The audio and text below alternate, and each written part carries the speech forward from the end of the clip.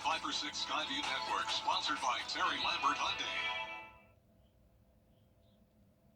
It's a toasty start to August as we have a heat advisory in effect for the whole entire area until 9 o'clock tonight. When will we see some relief from the heat? I'll have all the details coming up. Now on News Channel 6 at 5, Westmont Elementary will not be open in time for the start of the school year Monday. What parents and students need to know. Plus, discussing the next phase of Augusta's sales tax, the projects that could make the list. And schools starting in several of our local counties. What new security features will be in place in Jenkins County? As your News at 5 starts now. Live from Television Park, this is WJBF News Channel 6 at 5. Good evening, everybody. I'm Brad Means. And I'm Jenny Montgomery. Thank you for joining us. We want to start right off the top with the first check of the weather. On this extremely humid start to August, meteorologist Sherry Shealy standing by. Yeah, you got that right, Brad. It is certainly a hot and humid start to the new month. So new month, but same old tune we're singing. Hot, heat, humidity, and chance of afternoon showers and storms. Right now, looking at our Terry Lambert Hyundai Skyview cam, looks like winds are starting to pick up a bit, but you're going to need more than just a light breeze to cool you down. Looking at current heat index values across the CSRA, how about 111 in McCormick? Whew, it is toasty there. 106 here in Augusta, 108 in Allendale, so certainly no surprise there while we are under a heat advisory, but we are in good company as across the nation from coast to coast. Lots of heat there, lots of 90s, even 101 in Oklahoma City, 105 in Phoenix. So we are certainly heating up for the month of August, and again with that heat we have heat advisories and even excessive heat warnings throughout over half of the nation, which is a pretty rare sight to see. And of course that does include us. Again, that heat advisory is in effect until 9 o'clock tonight, and I would not be surprised if another one is issued for tomorrow. And on top of that, we do have a marginal risk of some severe weather overnight tonight. So I'll have all the details on the rain and the heat and your weekend forecast all coming up. All right, Sherry, we do appreciate it. Coverage you can count on starting now with a big change for students waiting for a new school. It looks like they'll have to wait a little longer. Hannah Latier live now with the story for us. And Hannah, a change of venue really for the start of the school year for students at Westmont Elementary.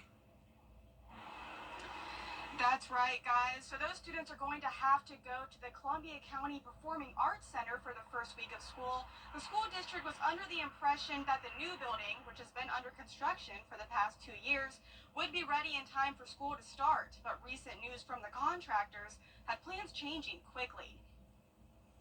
We were informed earlier this week by the contractor that they weren't able to get that certificate of occupancy by Monday, and so we're working with them over this next week. Obviously, this last week you saw the rain just about every day, and so the outdoor areas, including some of the concrete, wasn't really able to get poured on time. Having to move the roughly 700 students to the Performing Arts Center was the only option. In an email sent out to parents, the school principal said bus routes to the Performing Arts Center will stay the same. There will be pickup and drop-off car lines. The school district police will secure entrances, and the school nurse will be on site. There will also still be before and after care. Students who need self-contained classrooms will temporarily go to other schools in the district. There is a learn-from-home option, and laptops will be provided for those who choose that.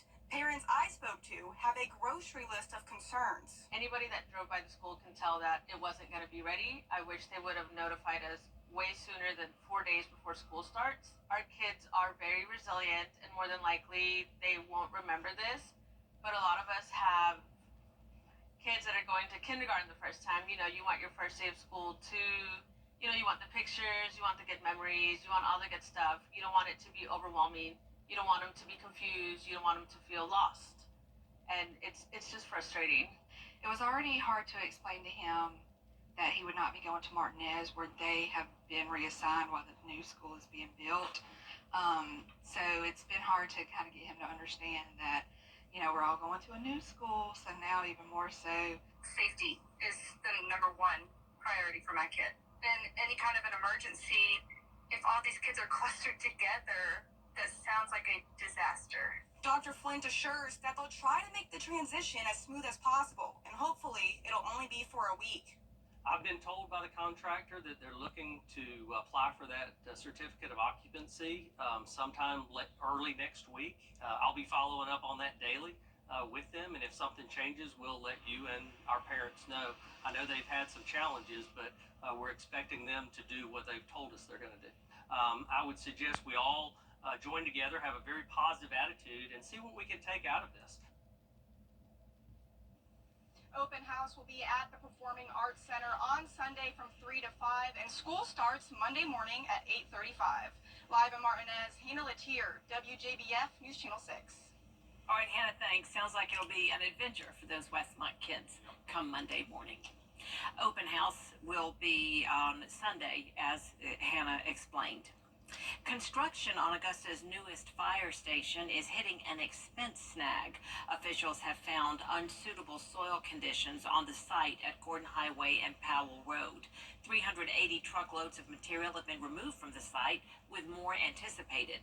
Next week, commissioners will be asked to approve a $430,000 budget increase to cover the cost of removing the problem materials. Found debris that needs to be taken up. We're going to have to spend more money. I know people don't like that. I don't, as a conservative, I don't like to have to spend more money if not needed. But in this case, we don't want to put a fire station there and then there'll be problems down the road. The fire chief says the site work is about 2/3 complete, and if any new funds are needed to pay for more debris removal, they'll be transferred to the construction budget. Augusta leaders looking to address the city's bad roads and... A murder investigation is underway in Richmond County. On Saturday, a woman was shot at least once on Ellis Street near Welsh Lane downtown. She died from her injuries last night. No arrests have been announced. Well, from safety to health care, Jenkins County schools are getting a boost. That's thanks to nearly $400,000 in grant money.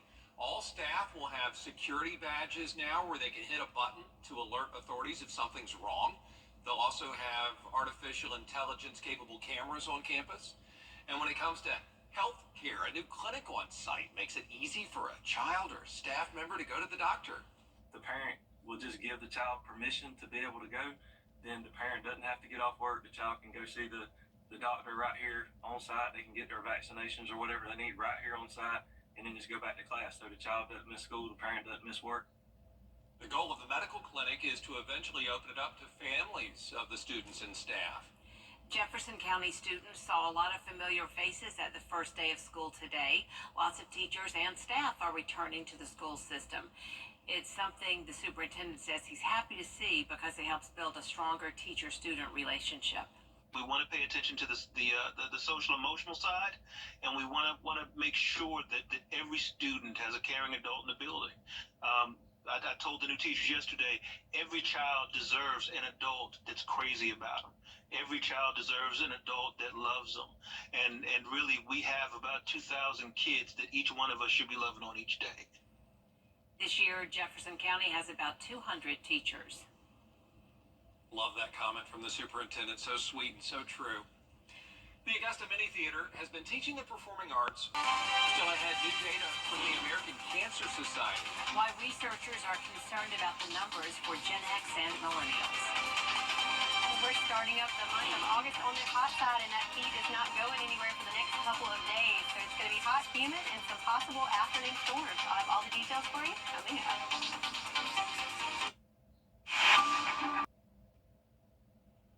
A new study showing worrying trends in cancer numbers for Gen X and millennials. The American Cancer Society reports numbers are growing in regard to that disease for both groups, as Irene Shaw reports. An alarming warning from the American Cancer Society saying 17 cancers are on the rise, specifically for Gen X and millennials, including uterine, testicular, gallbladder, and colorectal cancers. We've been reporting for the last several years on this alarming trend of the rise in colorectal cancer in younger people that we would not normally have thought of to be at risk for this particular cancer type. And those risk factors include obesity, sedentary lifestyle, unhealthy diet, smoking, and alcohol. But some of these cancers are being diagnosed at a rate that is 2 to 4 times higher in Gen Xers and millennials compared to older generations when they were that age. Because it's not happening at the same level in each generation. Something else must be contributing as well. This is where we know more cancer research will be needed to identify what else is happening. And here are some ways to reduce your cancer risk. Stay active and maintain a healthy weight. Eat a balanced diet. Don't smoke. Don't ignore symptoms. Talk to your doctor about cancer screenings. Specifically, the American Cancer Society says don't wait for someone else to bring up cancer screenings. The next time you're at a doctor, ask them what the right cancer screening plan is for you. Zoreen Shah, ABC News Los Angeles. Still ahead, honoring a Georgia legend. We'll show you how a new stamp will pay tribute to Hall of Famer Hank Aaron after the forecast. Weather headlines on WJBF News Channel 6. Brought to you by Hickson Roofing. If your roof needs fixing, call Mr. Hickson. With three great... Y'all hear us blow out the subwoofer? It's TV's biggest morning party, live with Kelly and Mark. Big stars. And big surprises. Plus... Are you rooting for me or against me? Don't miss the fun on the #1 entertainment talk show. You think the other talk shows complain about us? They're like, it's too loud over there. Weekday mornings at 9 on News Channel 6. Now, your most accurate forecast with WJBF Live Viper 6. Welcome back. Time now 5:16, and it is game day at SRP Park as we have a live look there on our Terry Lambert Hyundai Skyview cam as they're getting ready for the game tonight against the Down East Wood Ducks. So if you're heading out to that game, definitely want to stay hydrated. It's already hot out there, 94 degrees under sunny skies. Wind's starting to pick up just a little bit, up to 9 miles per hour from the south. Unfortunately, that heat is going to stick around for quite a bit. So normally when the sun goes down, we start to see some relief from the heat, and yeah, not much relief there. At the start of the game, first pitch is at 7:05, still going to be 93 degrees. Going to see some increasing clouds and could have a stray sprinkler or two in there, but you're looking at temps right at 90 degrees into the upper 80s even by the end of the game. So certainly if you're heading out that way, you're going to want to stay hydrated and stay cool and in that shade as much as possible. Turning to our live Viper 6, right now all is clear in the CSRA, but just to our north we do have a line of storms that's developing and moving to the south. Right now a severe thunderstorm warning into Abbeville and Greenville counties, so certainly we'll keep an eye on that.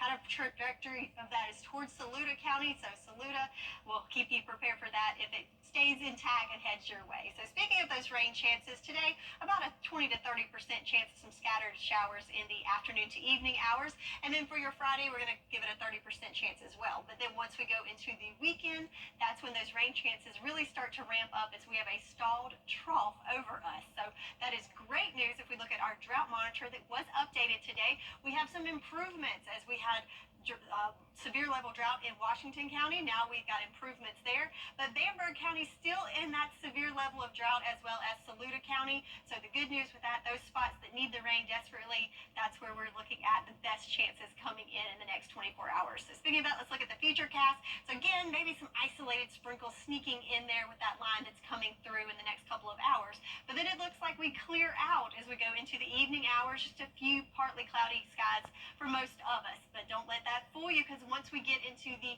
midnight hours into Friday early morning, that's when we could see some showers and storms pop up in our southern line counties. So that's especially in Screven County and into Millen and Sylvania. You could have some rumbles of thunder as you're trying to get some shut-eye overnight tonight.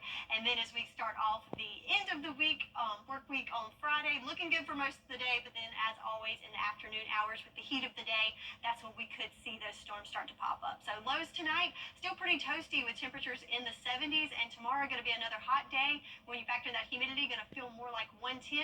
And then as we go into the weekend, going to get a little break from the heat, and I mean little. We're still looking at temps in the lower 90s, but the heat index values will be a little bit lower there for us as we go into the weekend. But as the temperatures start to decrease, those rain chances start to increase over the weekend. They sure do. Thank you, Sherry. Appreciate that. Oh, say, can you see by the dawn's Is Timothy Miller, Augusta native, Academy of Richmond County graduate. His voice is such a special part of home games for the Atlanta Braves, and yesterday the game was extra special. The United States Postal Service unveiled a commemorative forever stamp in honor of Braves legend, the late Hank Aaron. I can only say how very, very proud I am. And how very, very proud my husband would be if he could share in this in the flesh. We lost Hank Aaron 3 years ago at 82 years old. That forever stamp is now available nationwide. Up next on News Channel 6 at 5, a daring rescue at a park in New Jersey. We'll hear from a man reunited with his beloved bulldog next. Both sides are trying. You and me, we're the best of friends, and we'll stay together till the end. For years, Freddie the Forecaster has been a true friend to our community. We're the best of friends. Enter to win your very own Freddie bobblehead today at WJBF.com. Sponsored by Alpha Insurance. Coming up this week on The Dish, Caroline joining me for a back-to-school top 10 community events happening in August and encouragement. And of course, choose from and after we meet our latest community medicine champion from the Recovery Valve podcast. It's all happening this Friday only on The Dish. A French bulldog is back home after falling off a cliff at a park in New Jersey. Anthony DiLorenzo tells us about the daring rescue. When he went down there, I heard him like panting like crazy. It's the unmistakable sound only this dog dad could love. It's my first and only pet I ever had. We just clicked at the first date. But Sergei Koltenyuk is keeping Clips on a short leash after the runaway French bulldog had to be rescued off the Palisades cliffside in Fort Lee. Koltenyuk's brother was dog sitting Monday morning when the 13-month-old pup split. He peed, he looked at my brother, and just simply moved his head and set himself free. He didn't run away to explore, he ran up to look for me. Clips was dodging traffic, weaving in and out and running for about 2 miles before he was ultimately spotted an hour later right up here by the cliff's edge. I tried to catch him. He ran away and he jumped off of the cliff area. Bridget Lombardi called in the canine rescue, and in rushed the Port Authority Police Department. It was unbelievable. One guy just ran straight down. He just went straight in. I said, "You're crazy. That's like a big cliff." Emergency Service Unit cops Stephen Nicola and Rob Cucci suited up and rappelled about 20 feet down the jagged edge. We figured out we need to set up a rope system because the slope is just steep enough that you could climb down, but if you fall, it's going to be a long way down. They found Clips on a perilous perch. It had to be close to another 100 yards of, the steep incline, rocks, trees, brush. Had he fallen, it would have been a tumble and then, potentially ending up in the Hudson River. Their partners above then helped hoist the officers with the Frenchie in tow. There have been plenty of PAPD human and wild animal rock rescues, but Clips could be the first dog. There's nothing like getting your companion back. A companion and so much more. He didn't just fill the voids, he basically gave me another life. And that's it for us this half hour. Stay with us for your news at 5:30 with B. Griffin. We're going to cover Title IX changes blocked in several states, including South Carolina and Georgia. How this keeps locker rooms and bathrooms separate for boys and girls as your news continues.